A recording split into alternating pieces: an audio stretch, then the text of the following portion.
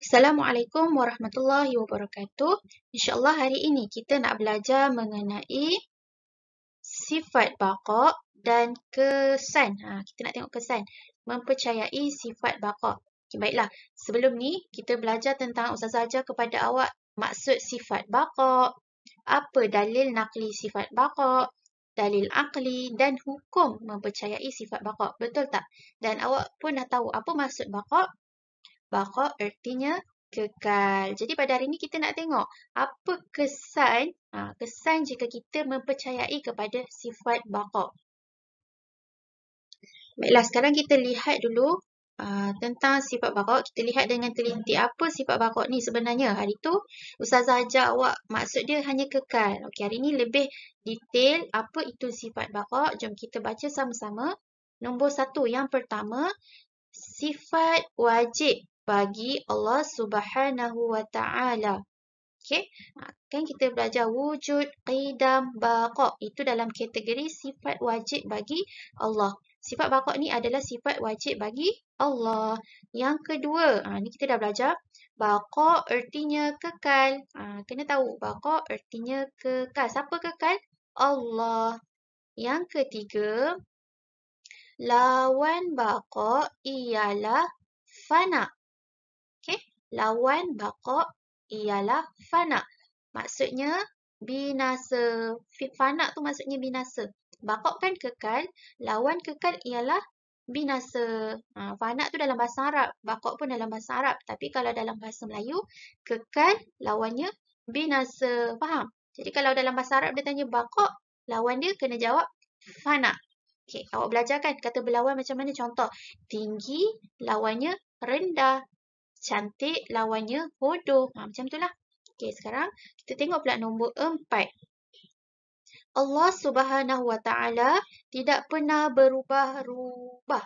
Tengok, kan Allah sifatnya baqa, sifatnya kekal. Jadi tak berubahlah, kekal je macam tu. Sebab tu dia kata Allah tidak pernah berubah-ubah. Sifatnya kekal sampai bila-bila.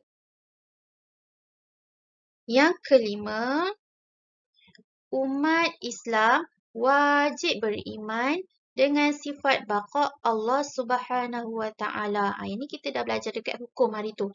Hukum beriman kepada sifat baqa ialah wajib. Wajib ke atas kita sebagai orang Islam. Kita kena percaya dan beriman bahawa Allah itu sifatnya kekal.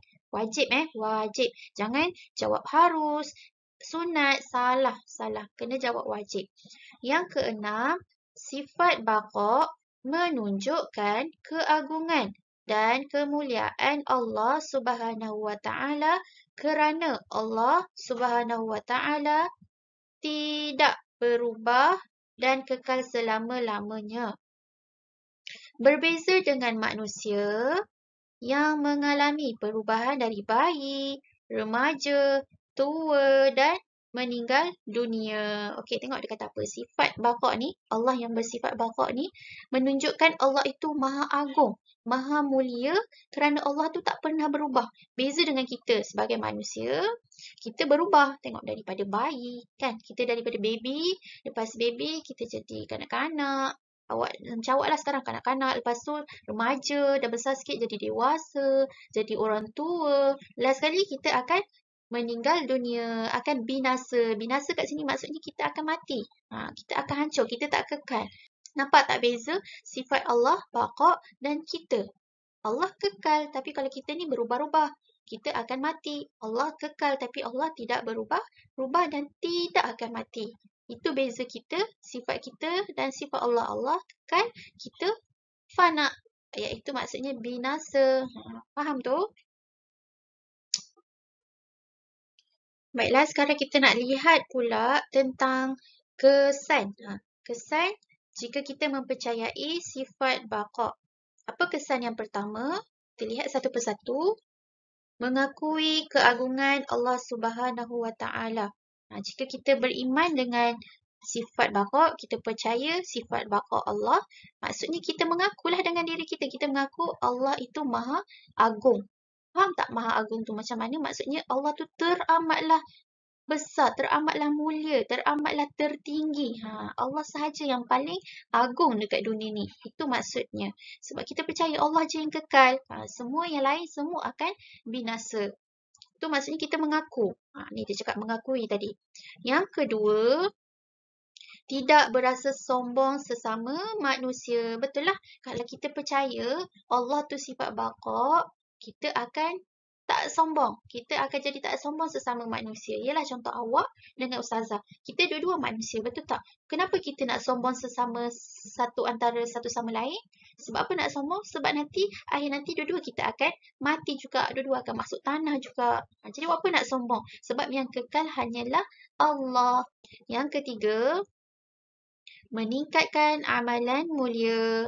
Bila kita percaya sifat baqa', insya-Allah kita dapat meningkatkan perbuatan-perbuatan yang baik, yang mulia. Keempat, menjauhi larangan Allah. Bila kita percaya sifat Allah, kita percaya sifat Allah tu kekal, insya-Allah kita akan dapat menjauhi diri kita daripada membuat perkara yang dilarang oleh Allah. Dan yang terakhir, kesan dia ialah sentiasa ingat bahawa manusia akan meninggal dunia suatu hari nanti. Faham? Bila kita percaya Allah tu kekal, kita ingatlah suatu hari nanti kita sebagai manusia, sebagai makhluk Allah, kita akan mati, kita akan hancur, kita akan meninggal dunia. Baiklah, berdasarkan apa yang kita dah belajar sebelum ni, Ustazah dah ajar tentang maksud baqa', iaitu kekal kan?